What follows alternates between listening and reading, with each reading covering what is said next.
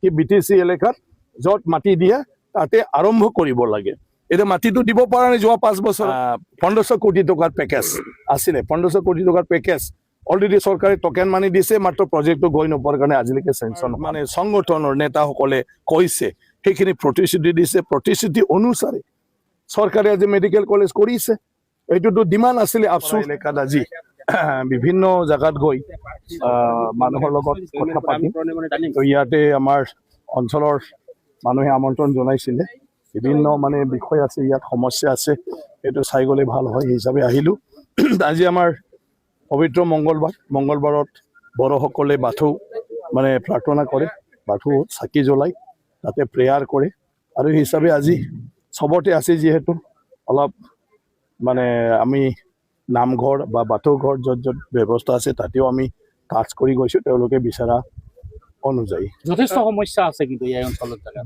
এই ক্ষেত্ৰত কিন্তু কেনেকুৱা ধৰণৰ আপুনি নিৰ্বাচন হয় কেনেকুৱা ধৰণৰ হোৱা MLA হোৱাৰ পিছতে মোৰ কামটো হ'ব এই অঞ্চলৰ সমস্যাখিনি গোটেই যিবিলাক সম্পৰ্কীয় বিভাগ আছে এই বিভাগবিলাকক মই নামাই দিম এতিয়া সেই ৰাস্তাটো দেখুৱাইছে সেইটো মই লগে লগে এতিয়া এষ্টিমেট বনাবলৈ দিওঁ এইটো কোনো ডাঙৰ কথা নহয় 4 কিলোমিটাৰ আছে সৰু সৰু ব্ৰিজ লাগে গতিকে ব্ৰিজটো হৈ গ'লে এই অঞ্চলৰ ৰাইজৰ কাৰণে বহুতখিনি মানে কি কয় সমস্যাবিলাক সমাধান হৈ যায় এতিয়া ইয়াত আমাৰ বাথৌ মন্দিৰ আছে আমাৰ indigenous tribal faith and culture আছে ট্ৰাইবেল ডিপাৰ্টমেণ্টৰ পইচা আছে আমাৰ আসাম দৰ্শনৰ পইচা আছে মই নাজানো আজিলৈকে কিয় নাপালে তো সেইটোৰ পৰা প্ৰথম বছৰতে মই সেইখিনিত মানে কিছুটো কৰিব পাৰিম গতিকে ৰাস্তাখিনিও কৰিব পাৰিম পানী অলৰেডি মুখ্যমন্ত্ৰীক সেইদিনা ৰিকুৱেষ্ট কৰিলোঁ মুখ্যমন্ত্ৰীয়ে ঘোষণা কৰি গ'ল যে আমাৰ সেই অঞ্চলৰ পানীৰ ব্যৱস্থা কৰা হ'ব আৰু মই অলৰেডি যোৱাবাৰ মানে ওদালগুৰি ডিষ্ট্ৰিক্টত পানীৰ মই কৰি আহিছোঁ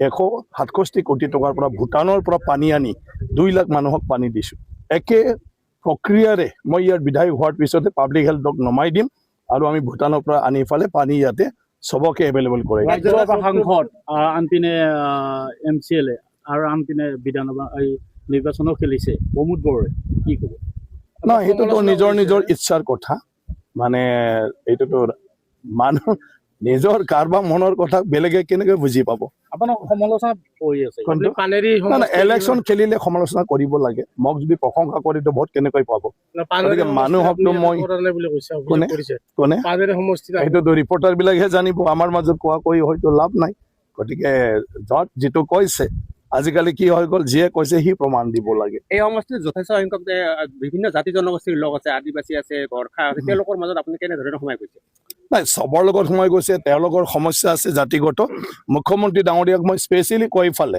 ৰাস্তা পদূলি সেইবোৰতো আমি কৰি থাকিম জাতিগত সমস্যাখিনি আপুনি শুনি লওক বুলি অলৰেডি গৰ্খা লিডাৰ ৰাজবংশী লিডাৰ আমাৰ মানে স্বৰ্ণীয়া কছাৰী লিডাৰ ঠিক তেনেকৈ ৰাভা লিডাৰ আদিবাসী লিডাৰ মানে সকলো সিদিনা মুখ্যমন্ত্ৰীৰ লগত গুৱাহাটীত গৈ পেলাই ধুনীয়া পৰিৱেশত আলোচনা কৰিলে আৰু মুখ্যমন্ত্ৰীয়ে জাতিগত বিষয়ৰ ক্ষেত্ৰত তেখেতসকলে যিখিনি প্ৰস্তাৱ দিছে তেওঁলোকৰ জাতীয় ভাষা কলা সংস্কৃতি বিকাশৰ কাৰণে কাম কৰিবলৈ কোনো MLA কোনো মন্ত্ৰী কোনো বিভাগীয় পইচা যিহেতু থুকি নাপায় আৰু জনসংখ্যা কম বুলি কোনেও মানে তাত মানে আঁচনি ল'ব নোখোজে কিন্তু জাতি হিচাপে সকলোৰ ভাষা কলা সংস্কৃতি কোনোবা 100 জনেই হওক কোনোবা 1000 জন হওক কিন্তু ভাষাই হয় চবৰে জাতিৰ ৰীতি নীতি নিজৰে হয় গতিকে আমি যেটো 100 জন মানুহৰ কাৰণে ডাঙৰ এটা আঁচনি দিছোঁ জাতিৰ নামত আমি 10 জন থকা মানুহকো একে আঁচনি আমাক লাগিব এতিয়া মুখ্যমন্ত্ৰী আপোনালোকে মোৰটো সব নুশুনে এটা মুখ্যমন্ত্ৰী ডাঙৰীয়াই আমাৰ নিশ্চিত ক'লে দুনিয়াত কি হয় নহয়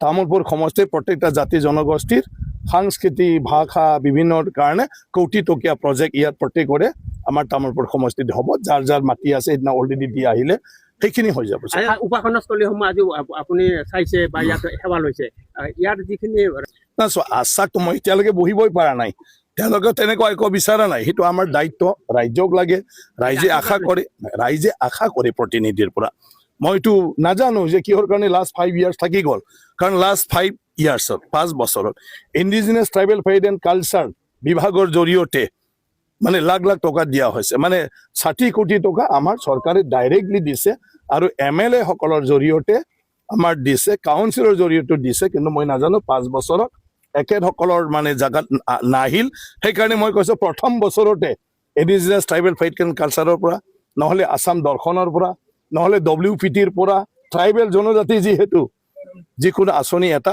ইয়াত মানে ধৰ্ম যিটো মানে আমাৰ পালন কৰা স্থান সেইটো আমি কৰিব পাৰিম। এটাতো ৰাস্তা খুবেই বেয়া, এতিয়া ক'লে দুখ লাগিল, কিন্তু সেই ৰাস্তা মই বিধায়ক হ'লেহে কৰিব পাৰিম।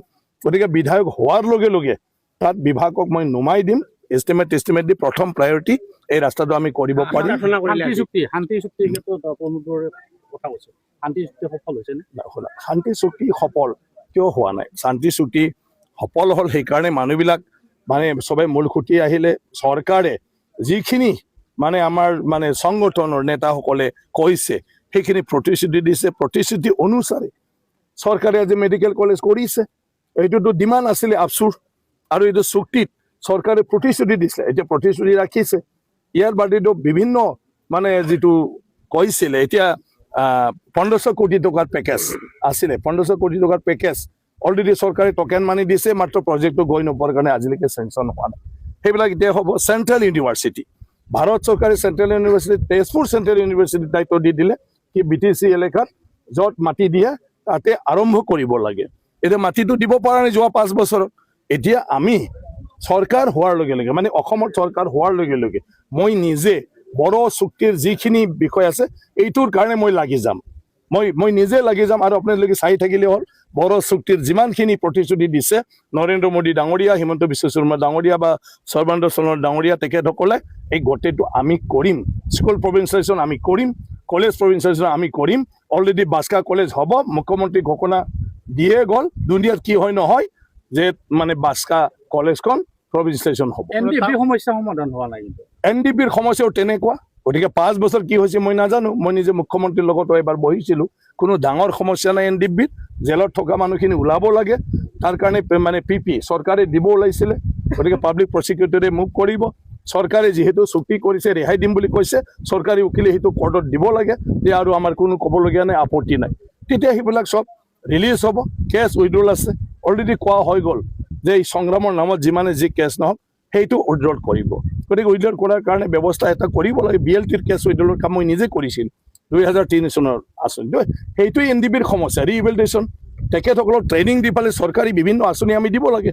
আজি মানে আপোনাৰ কি কয় বিভিন্ন ধৰণৰ মানে মানুহক জীয়াই থকাৰ কাৰণে আমাৰ কি কয় এনিমেল হাজবেণ্ডাৰী ডিপাৰ্টমেণ্ট অন্যান্য ডিপাৰ্টমেণ্টৰ পৰা ছাবচিডি দি আছে যে আপুনি যদি 10 লাখৰ কাম কৰে মানে 5 লাখ টকা চৰকাৰে ফ্ৰী দিব। এইবিলাকত NDPৰ যুৱক যুৱতীসকলক আমি লগাই দি দিব লাগিব, যিবিলাক ইণ্টাৰেষ্টেড গৰু পুহিবলৈ, ফিচাৰী কৰিবলৈ, মানে ডায়েৰী ফাৰ্ম কৰিবলৈ, এগ্ৰিকালচাৰ কিবা এটা ফাৰ্ম কৰিবলৈ, তেওঁলোকৰ কাৰণে চৰকাৰী গোটেই ছাবচিডিবিলাক আছে। গতিকে মই যদি এতিয়া MLA হওঁ তেতিয়া মই বেলেগত কি হয় নহয় তামোলপুৰ সমষ্টিত থকা NDPখিনিৰ দায়িত্বটো মই লৈছোঁ। যিমান পাৰোঁ সেইটো তেওঁলোকৰ মানে সমস্যাটো শেষ কৰি দিম, কেছটো উইড্ৰল কৰাই দিম।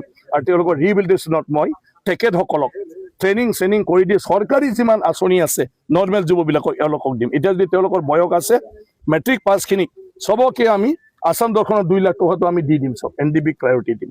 আৰু তেওঁলোকৰ যদি ল'ৰা আছে ছোৱালী আছে 1 নম্বৰ প্ৰায়ৰিটি আমি তেওঁলোকক দিম।